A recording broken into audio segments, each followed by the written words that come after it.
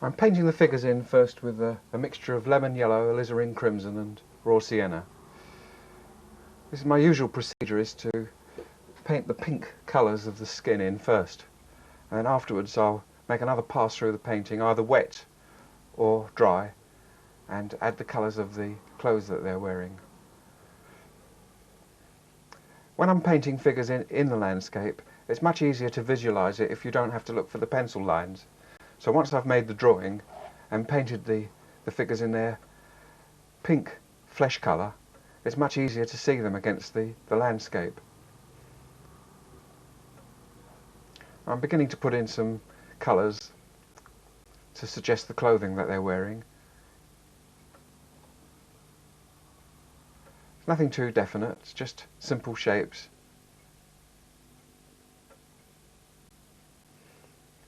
Adding touches of cerulean blue,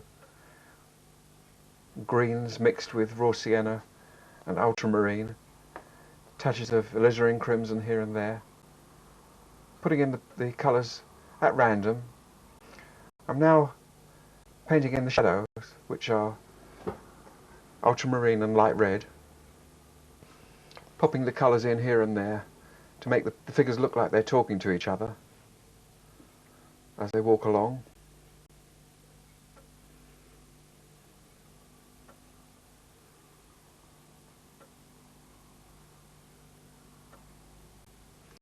Making one leg darker than another to suggest that it's in front or behind the other leg. And I'm now running some shadows in, coming from an imaginary vanishing point over to the left. I'm now painting the other figures in a very similar way. This time I'm putting the shadows on first though, and then I'll run some local colour into each of the figures. This is an even looser way of painting figures in the landscape. Joining the blobs into patterns, very effective. Adding figures into the distance, just a weaker mix of the same colours. And the two in the foreground giving a little bit more attention to.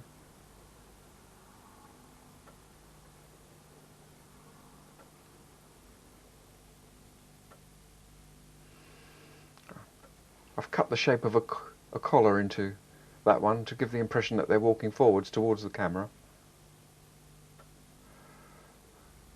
The woman's wearing alizarin crimson, and I'm merging the two colours together, establishing a pattern rather than a single figure.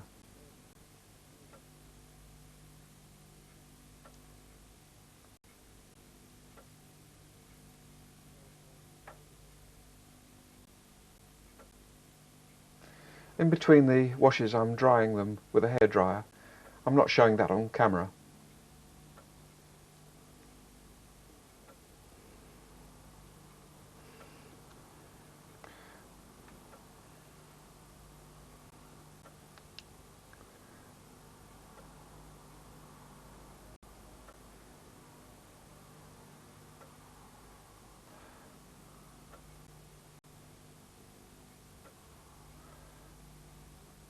And the man's carrying a small valise. Not too much detail.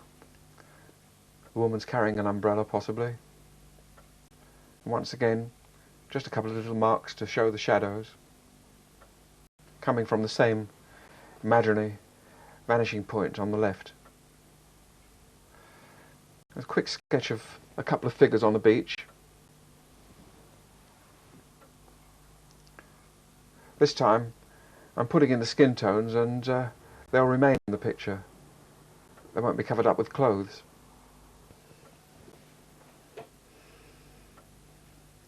I'm now putting a second wash on the figure to suggest the light coming from the left hand side of the painting.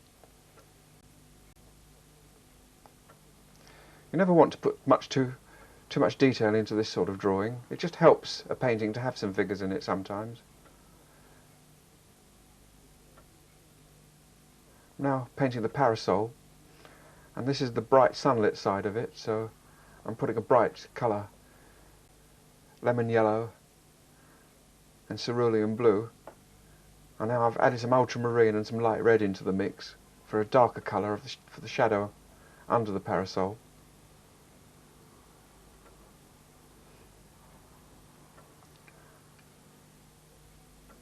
Now some touches of shadow here and there.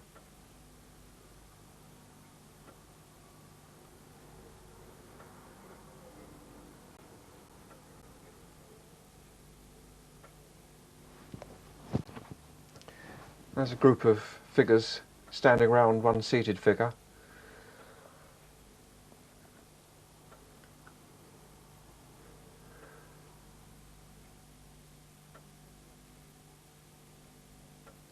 It's a good idea to make lots and lots of these little studies and keep them handy when you're making a major painting, and it's possible that you could bring some of it into the painting. Figures sitting outside a pub, for instance, walking along a river bank.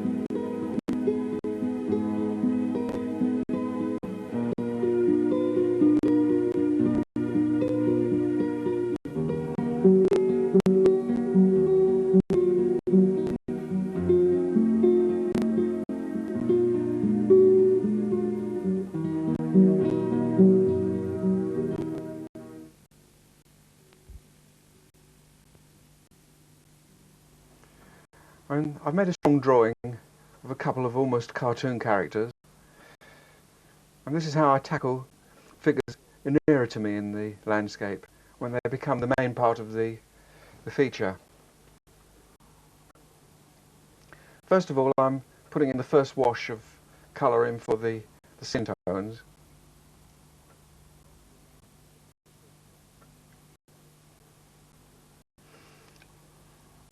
This is alizarin crimson and raw sienna and a touch of lemon yellow. I'm using a sheet of 10 by 8 Bockingford paper, which is not surface. Perhaps a smoother paper might have been better for this sort of drawing,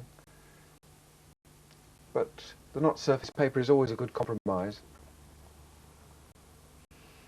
I'm now using a greenish mix of raw sienna and ultramarine for the chap on the left, his hat. And I've put more raw sienna into the wash and using that wash for the man's trousers.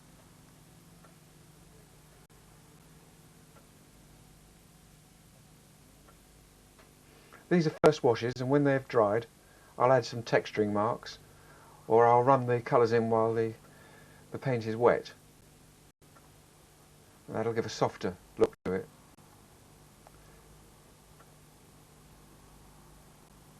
I'm using rustic colours. They're a couple of farmers probably.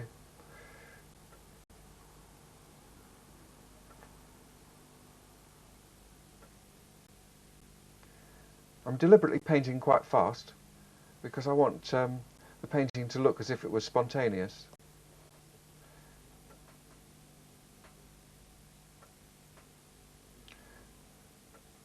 When this sort of painting is finished, I'll rub out the pencil marks probably, and then re-establish some, and maybe use a pen to help the drawing along a little.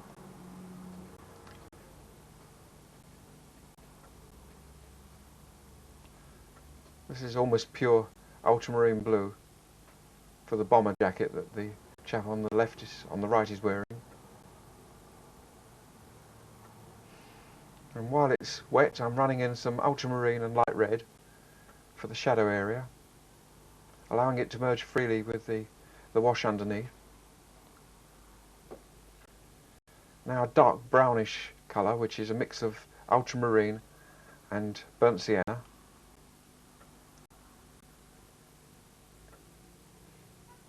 I'm using the same brush all the way through. It's a number 4 man-made fibre brush.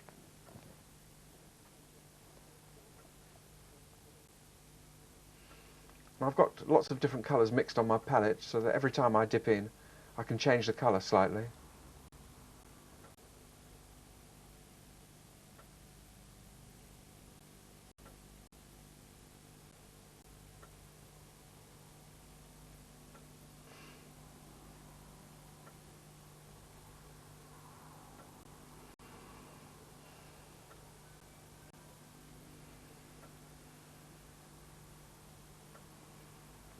Nice bright lemon yellowy colour for the shirt, and I'm immediately corrupt that by dropping in some other colours into it.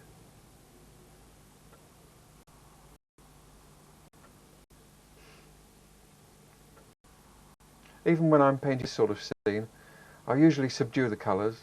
I'm not that fond of too bright a colour. Oh, this guy's suddenly grown a beard.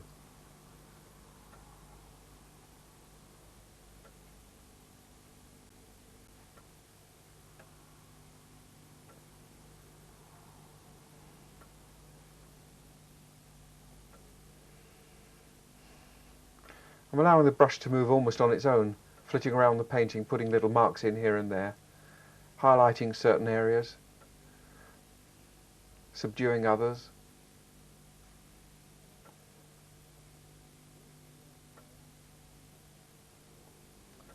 And this is giving the painting a little bit of movement. It looks like they're having a quite animated conversation. The figures are complete now, and I'm dabbing in some background foliage using the hog bristle brush. And that's a look at the finished little exercise. Now in this painting I've done a strong drawing of a local church and lots of people walking up to it on a Sunday morning. I'm mixing lemon yellow, raw sienna and alizarin crimson and blending them together, and that's going to be the basis of the skin tones for the people. I'm now making another wash of light red, ultramarine, and this will be for the shadow areas. And now ultramarine and cerulean blue.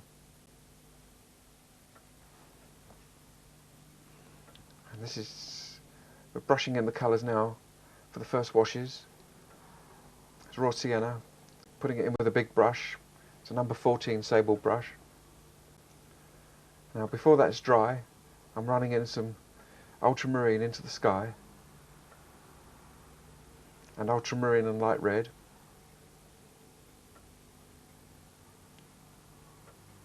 I've now dried the brush between my fingers,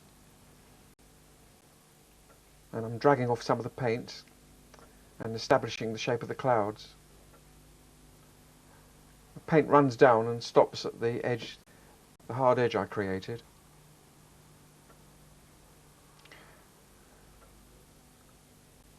Now I'm painting the figures with the wash of alizarin crimson, raw sienna and lemon yellow, varying the colours here and there, trying to get a little bit of movement into the figures.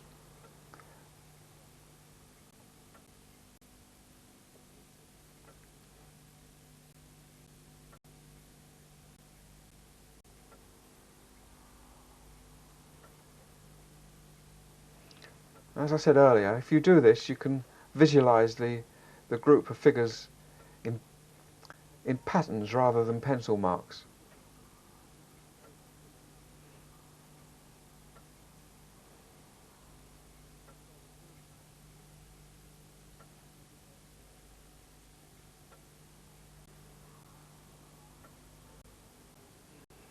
Here and there I'm adding an extra figure, so I think the composition needs it.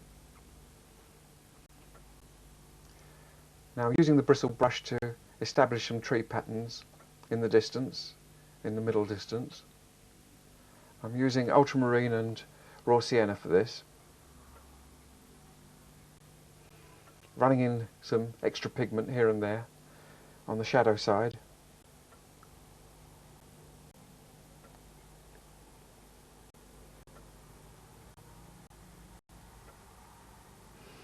Now change to the right hand side of the painting, and I'm painting the big yew tree on the right.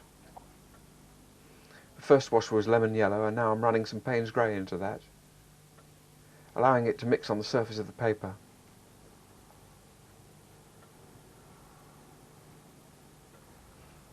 The two trees on the left of that were painted wet into wet while the sky was still wet.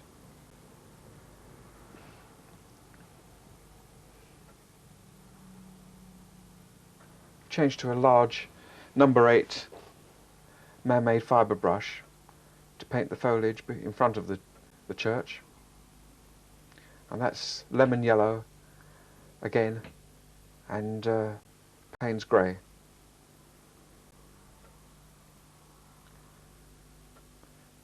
Distant trees behind this, the other two trees, is light red and ultramarine. And this is quite useful because I'm cutting the shape of the church negatively.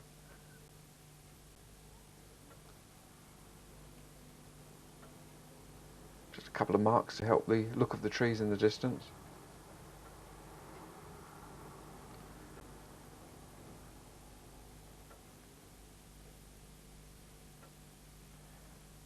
And increasing the foliage. I'm being very sparing with this, of course. Softening it in with a damp brush with clean water.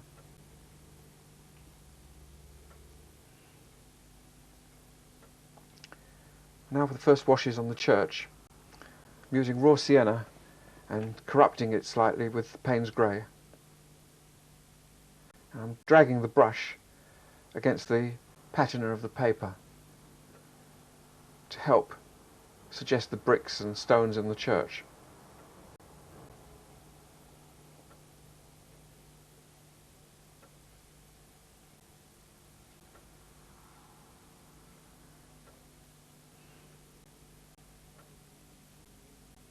I'm painting quite fast. I've only spent a few minutes on this painting so far.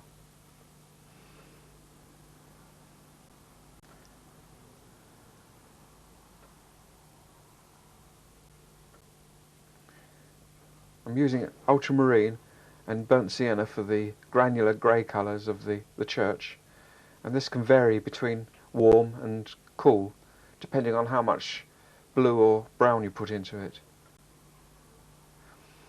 I never mix the colours too much on the palette. I leave the colours separate. And now I've changed to burnt sienna and Payne's grey for a darker grey.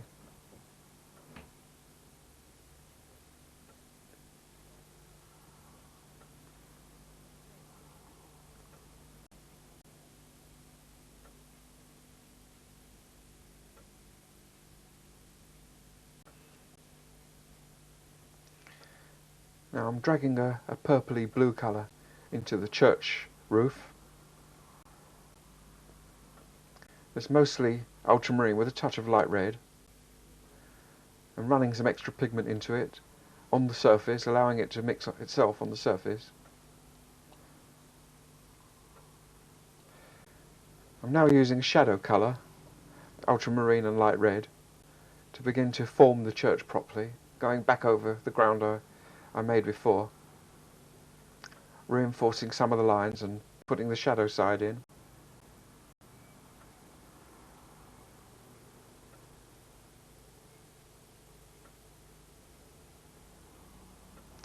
This play of light against dark on a building like this works very well.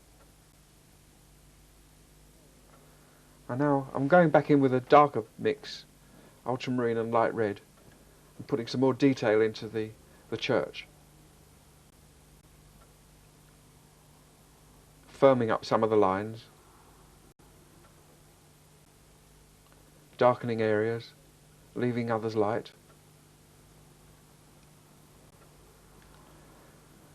Now I'm going to dress all the people in the foreground with various colours, popping around at random.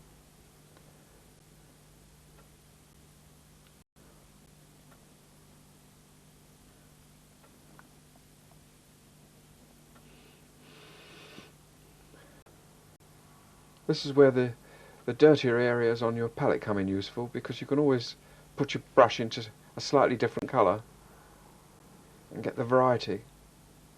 But I'm not using very bright colours, as you can see. I'm keeping them all subdued. And the colours can be modified because you put them on wet and then change them with the next dab of colour. So not everybody's wearing the same clothes.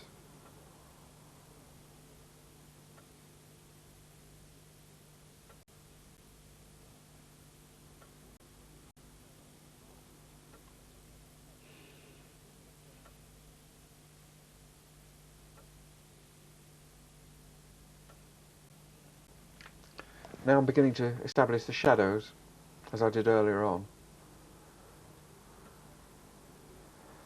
making one figure stand out a little bit from the next one by contrast and counter change.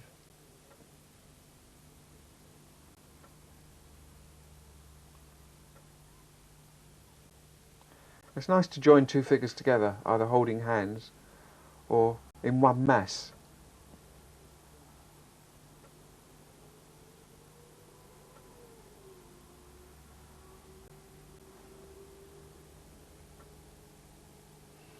I'm now putting in the shadows cast by the church on the roof. And these shadows are very useful. They give lots of form to the building. Cast shadows in particular, which are quite dark usually. I use the same colour throughout, which is ultramarine and light red, and it tends to unify the painting and hold it together. It's also quite a transparent mix, although it's dark, and it allows the local colour to show through from underneath, which is the colour you'd actually see in a shadow.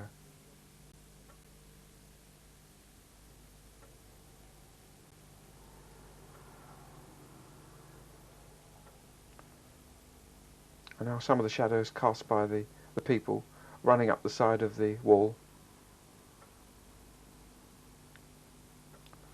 Early morning, long shadows. I'm rubbing out the pencil marks. If I feel that some of them need to be re-established, I'll do that. And a final look at the painting. 10 by 8 on Bockingford paper. I'm now mixing some alizarin crimson, raw sienna, some more crimson, and lemon yellow. This is a drawing of Chilham. It's a little village in Kent.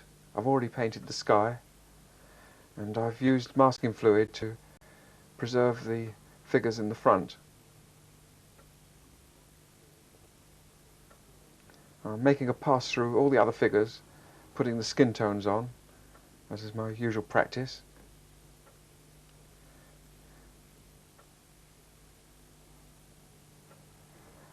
This square is always crowded with cars, even on a Sunday, Saturday, it doesn't matter what day you go. And a good suggestion is take the cars out and put a group of people in their place. If you want to get an oldie-worldy look to your pictures, you don't want modern cars in it. They always tend to date the paintings. And as long as you don't put too much detail into the figures and put modern clothes on them, the painting has a timeless look about it. I'm painting some distant trees. I'm using a number 6 man-made brush. It's one of my own range of Martin Goode watercolour brushes. And I'm dragging the brush against the surface of the paper, and this is giving the tree some texture, brushing in extra pigment here and there, and painting negatively along the roof line of the building. I've turned the brush over and I'm scratching some marks into it. That's not so obvious on the light grey.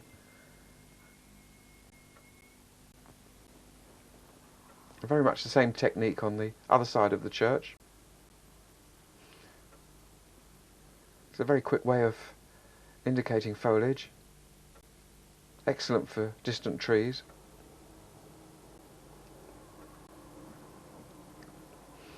Now this is a very dark yew tree which is just in front of the church. Spiky yew. I believe it's called a Japanese yew tree.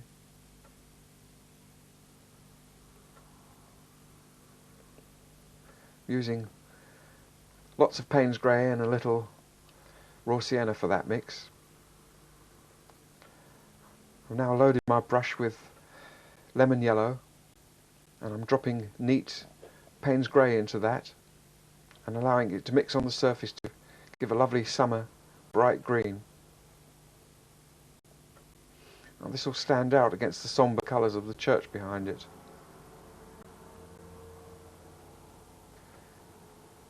I've corrupted the mix now by adding some raw sienna into it, and using the bristle brush I'm dabbing at the shape of the ivy and bushes in front of the building on the left.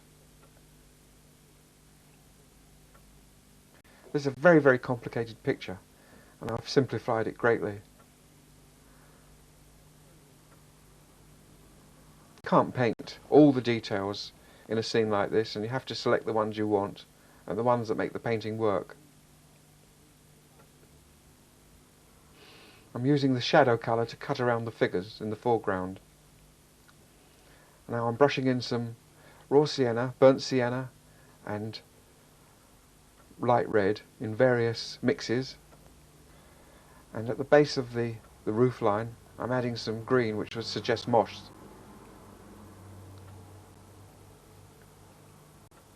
Now I added a little bit more red into this wash, more light red, which is quite a brownish colour in fact.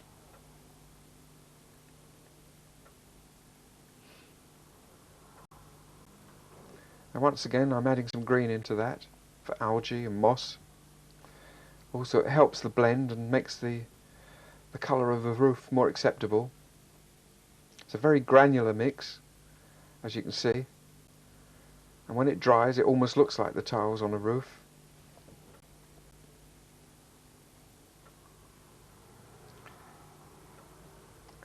Another variation of the same colours going into the chimney and the brickwork.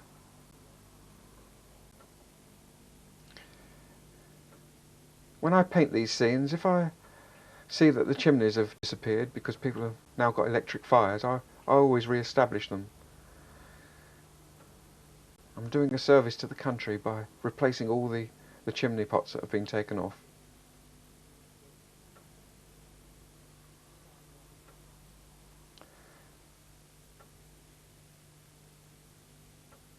I'm now putting a darker mix in because this is on the shadow side of the building. I've dried all those washes with a hairdryer, otherwise I couldn't put my hand across it like this. And I'm now using my base colour of ultramarine and light red and running some of the local colour into it. Now that mixes together in a very pleasant mix. Gives a very good shadow effect and gives the features more dominance. Once again, they're greatly simplified.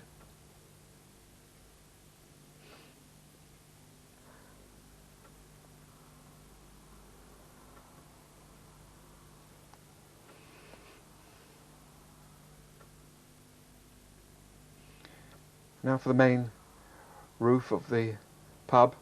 It's called the White Horse Pub. I'm putting in a wash of ultramarine and light red and dropping in some burnt sienna into that mix, and that'll stand for the shadow side of that building.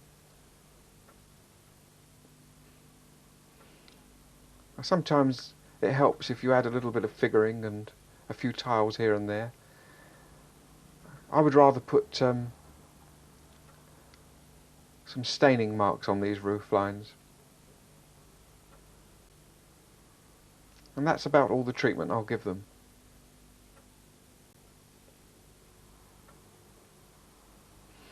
You've got to exercise restraint.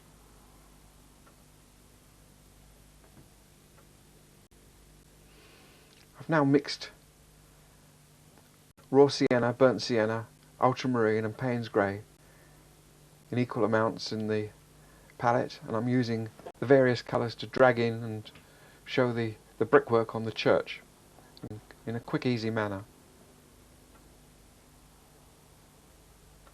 I'm texturing it with a kitchen towel, help the texture, and dry it and take it back a little here and there.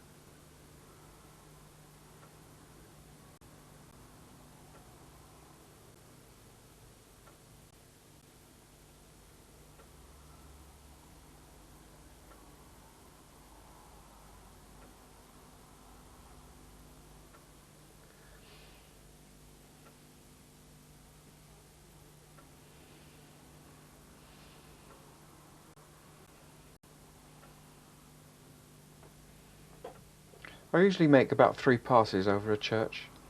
The first one is the base colour, and that's corrupted slightly with other colours. And then the second pass is to put the shadows in, and then the detail. Just a quick touch for the clock.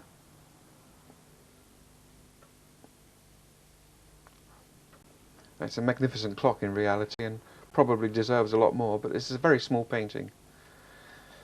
It's only 10 by 8.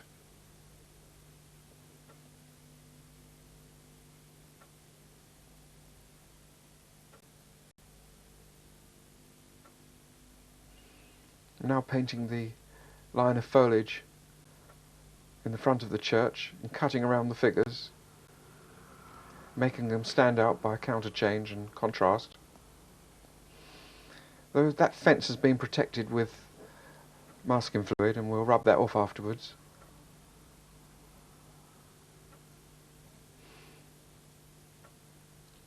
This first building is a sort of dull yellowy colour. I'll put that in first. And the second building is a red brick building. A mix of burnt sienna and a touch of light red is ideal for this. Knocking it back here and there with the kitchen towel. I've dried that wash now with a hairdryer, and now we'll put in some of the woodwork.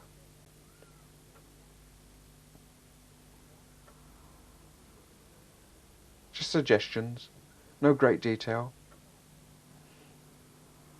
but following the actual woodwork fairly accurately.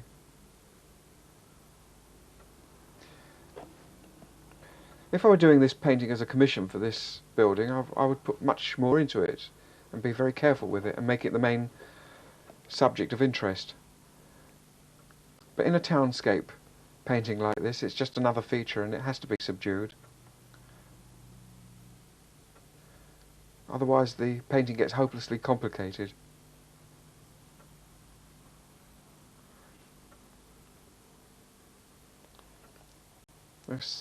By the same token, the windows have got to be, you've got to use restraint when you're painting those. It's just suggestive marks. That's more important than the actual detail. Cast shadow from the bush. Very useful to give a little bit of depth at that point.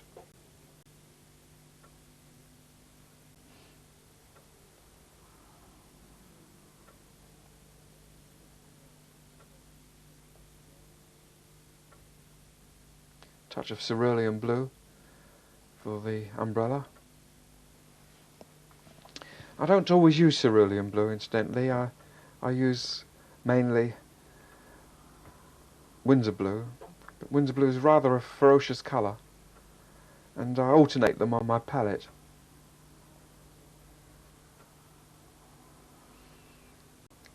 The Windsor blue has got much more usage than the cerulean blue, because you can make beautiful dark winter and summer trees by mixing it with burnt sienna and raw sienna. It's also very, very good for grass. A weak wash of Windsor blue and raw sienna is perfect for summer grass.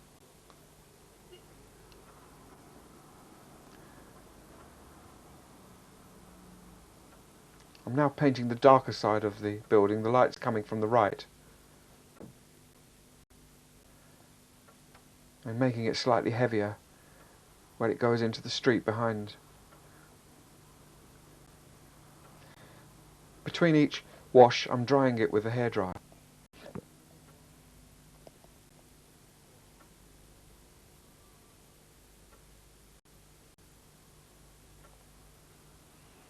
Popping in the windows in a simple manner.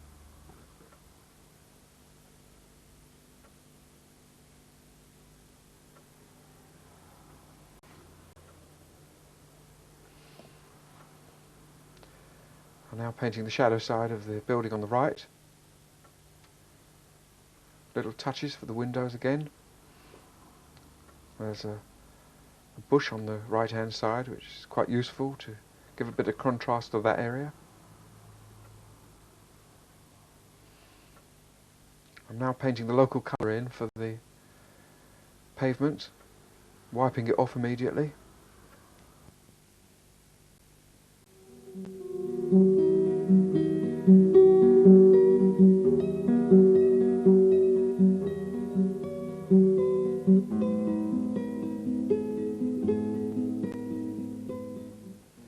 I'm adding touches here and there, almost at random, putting the shadows in underneath the eaves,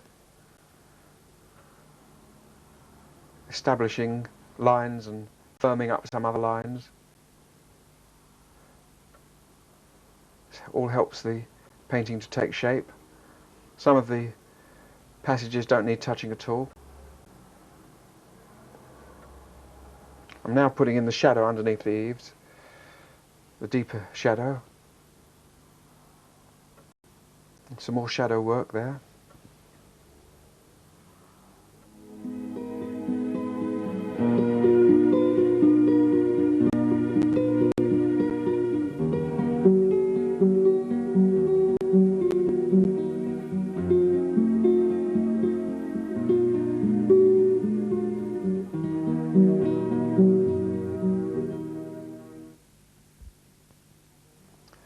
I'm now painting the long shadows coming from the buildings on the right across the figures which were protected with masking fluid.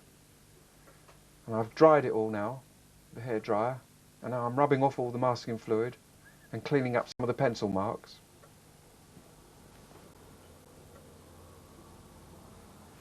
And as you can see, the figures in the foreground are standing out beautifully. I'm now beginning to put some clothes on them, leaving little slithers of light, if possible, on the right hand side of each figure to suggest the sunlight falling on the figure.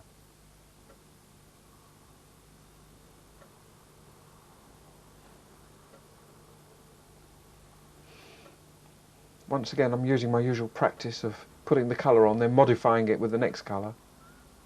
So although it looks at this stage that they're all wearing the same colour, it won't towards the end. I'm putting some blue into this, and that's changed his top to make it a greenish colour.